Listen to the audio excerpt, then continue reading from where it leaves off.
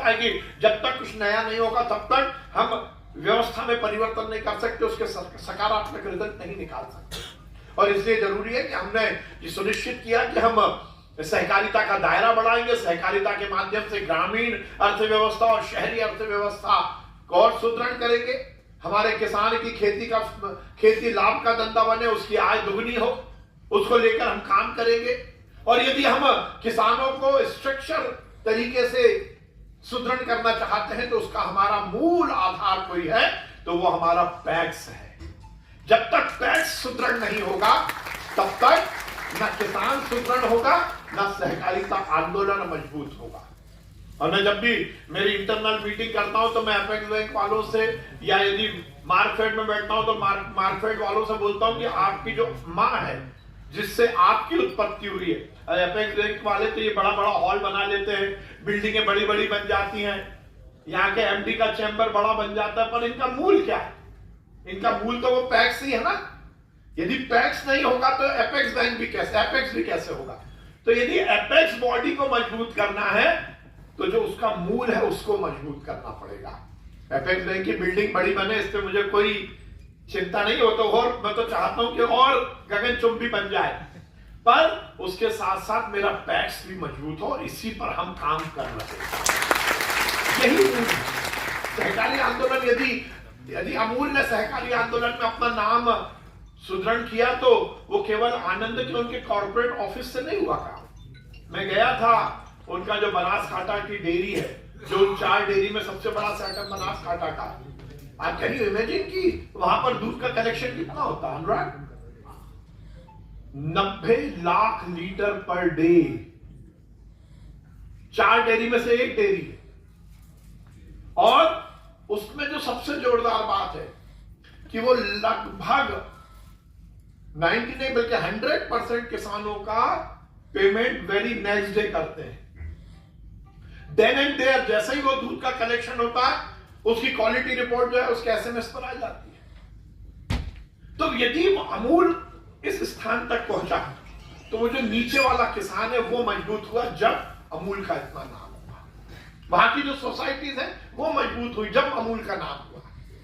इसलिए बहुत जरूरी है कि जब तक पैक्स नहीं मजबूत होगा, और यही मूल पकड़ा अमित शाह जी ने कि पैक्स को मजबूत करो, और उस पर हम लगे हुए हैं। जब मैं पिछली बार भी सहकारिता मंत्री था तो मैंने नवाचार के माध्यम से हर एक क्षेत्र में सहकारिता को जोड़ने का काम किया था। हमने 200 सेक्टर 250 सेक्टर में सहकारिता पर काम किया था।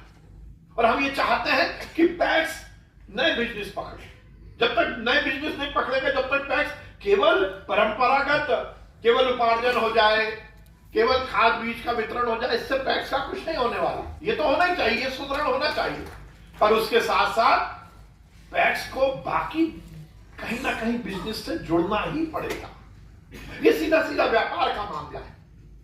और इसलिए बहुत जरूरी है हम अब यार CPPP नया एक कॉन्सेप्ट लेकर आए, कॉर्पोरेटिव पब्लिक प्राइवेट पार्टनरशिप, जिसके माध्यम से हमने ये सुनिश्चित किया कि कॉर्पोरेट सेक्टर को और कॉर्पोरेट सेक्टर को हम जोड़े, और उसके बहुत अच्छे रिजल्ट देखने को मिल रहा है। मैं 2 दिन पहले अभी दिल्ली में था तो 2-3 लोगों को पता लगा, वो स्वयं मुझसे मिलने आए और उन्होंने कहा इस कॉन्सेप्ट के माध्यम से हम चाहते हैं कि हम मध्य प्रदेश के पैक्स के साथ जुड़े। आप कैन यू इमेजिन कि यदि रिलायंस का मेरे पैक्स के साथ MOU होता है तो आप किससे बिजनेस भागीदारी कर रहे हो? इस देश के सबसे बड़े व्यापारी से मेरा सबसे छोटा पैक्स जो है वो जब भागीदारी करेगा तो रिजल्ट अच्छा मिलेगा।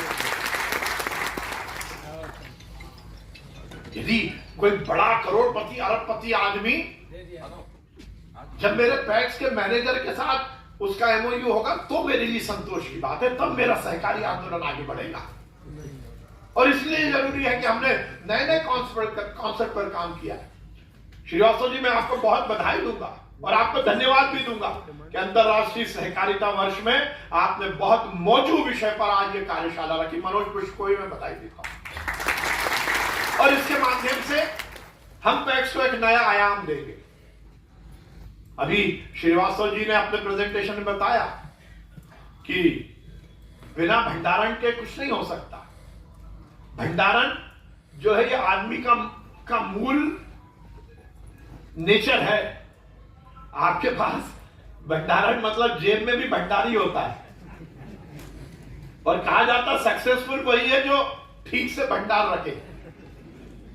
भाई इसी बैंक भी क्या है, बैंक भी तो एक वेयर हाउस ही है, पैसा का वेयर हाउस है। तो यदि इस समाज को ठीक ढंग से चलाना है तो बिना भंडारण के काम नहीं चलेगा। और भंडारण जब तक व्यवस्थित नहीं होगा तब तक काम नहीं चलेगा। इसलिए मैं आपको बहुत बधाई दूंगा। और सबसे बड़ी बात, जिसका भी ये कॉन्सेप्ट है WTRA, इसमें जो तीसरे शब्द है ना, वो मुझे बहुत अच्छा लगता है। और मैं खुद क्योंकि अनुशासित व्यक्ति हूं, मुझे लगता है कि जब तक व्यक्ति के जीवन में रेगुलेशन नहीं आएगा तब तक व्यक्ति सक्सेसफुल नहीं हो सकता। ये मेरा मूल मानना है। जब तक उसका उठने का समय, उसका सोने का समय, उसका खाने का समय, उसका रहने का समय, ये सब रेगुलेट नहीं होगा, ये व्यक्ति देखिए, मैं ऐसा में कहता हूं कि यदि लंदन में या सिंगापुर में या बाकी जगह बहुत साफ सफाई है तो उसका कारण ये नहीं कि वहां पे सिविल साइंस ज्यादा है, बेसिकली रेगुलेशन ज्यादा है।